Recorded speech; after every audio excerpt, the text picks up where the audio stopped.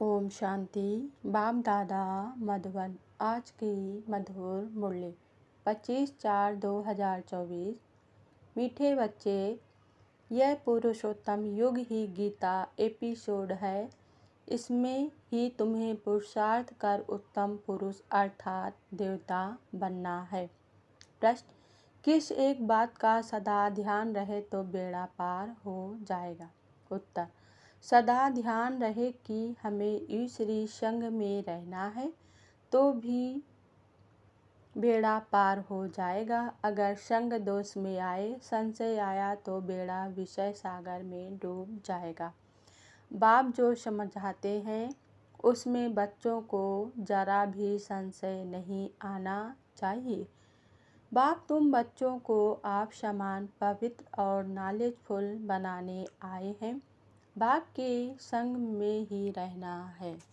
ओम शांति। भगवान वाच: बच्चे जानते हैं कि बाप वही राजयोग सिखला रहे हैं जो 5000 वर्ष पहले समझाया था। बच्चों को मालूम है, दुनिया को तो मालूम नहीं है। तो फिर पूछना चाहिए, गीता का भगवान कब आया? भगवान जो कहते हैं, मैं राजयोग सिखलाकर तुमको राजाओं का राजा बनाता हूँ। आज की मुरली से मुख्य 10 पॉइंट। पहली पॉइंट: कलयुग अंत और सतयुग आदि के बीच में आदि सनातन देवी देवता धर्म की स्थापना करते हैं तो जरूर संगम पर ही आएंगे। दूसरी पॉइंट: भगवान गीता का ज्ञान सुना रहे हैं और भारत का प्राचीन योग भी सिखा रहे हैं। हर मनुष्य से देवता बन रहे हैं। तीसरी पॉइंट: अब 84 जन्म लेते लेते अपवित्र बने हो। 84 जन्मों की कहानी है। नई दुनिया जरूर ऐसी वॉइसलेस होनी चाहिए। चौथी पॉइंट: तुम बच्चे प्रभात फेरी आदि निकालते हो। प्रभात सवेरे को कहा जाता है। उस समय मनुष्य सोए रहते हैं, इसलिए देरी से निकालते हैं। पांचवी पॉइंट: तब बाप कहते हैं, मीठे मीठे बच्चों, तुम हो पद्मा पदम पति बनने वाले, सो भी 21 जन्मों के लिए। बाबा खुद कहते हैं, तुम जगत का मालिक बन जाएंगे 21 पीढ़ी। मैं खुद डायरेक्ट आया हूँ। छठवीं पॉइंट: यह बाबा है, उनका रथ जिस पर उनकी सवारी है, उनको रथ घोड़ा अश्व भी कहते हैं। सातवीं पॉइंट: शिव भगवान वाच: मैं तब आता हूँ जब भारत में अति धर्मग्लानि होती है। गीतावादी भल कहते हैं, यदा यदा ही धर्मस्य ग्लानि। समझते कुछ नहीं। आठवीं पॉइंट: अब बाप कहते हैं, बीती को चितवो नहीं, बुद्धि से सब निकाल दो। बाबा ने स्थापना, विनाश और राजधानी का साक्षात्कार कराया तो वह पक्का हो गया। नवीं पॉइंट: तुम बच्चे जानते हो बाबा की प्रवेशता कैसे हुई?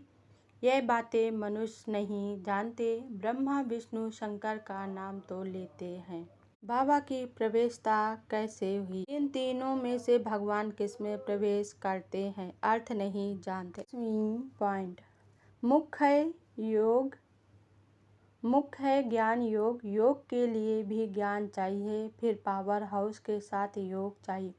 योग से विकर्म विनाश होंगे। धारणा के लिए मुख्य सार। पहली पॉइंट: जो बात बीत गई उसका चिंतन नहीं करना है। अब तक जो कुछ पढ़ा उसे भूलना है।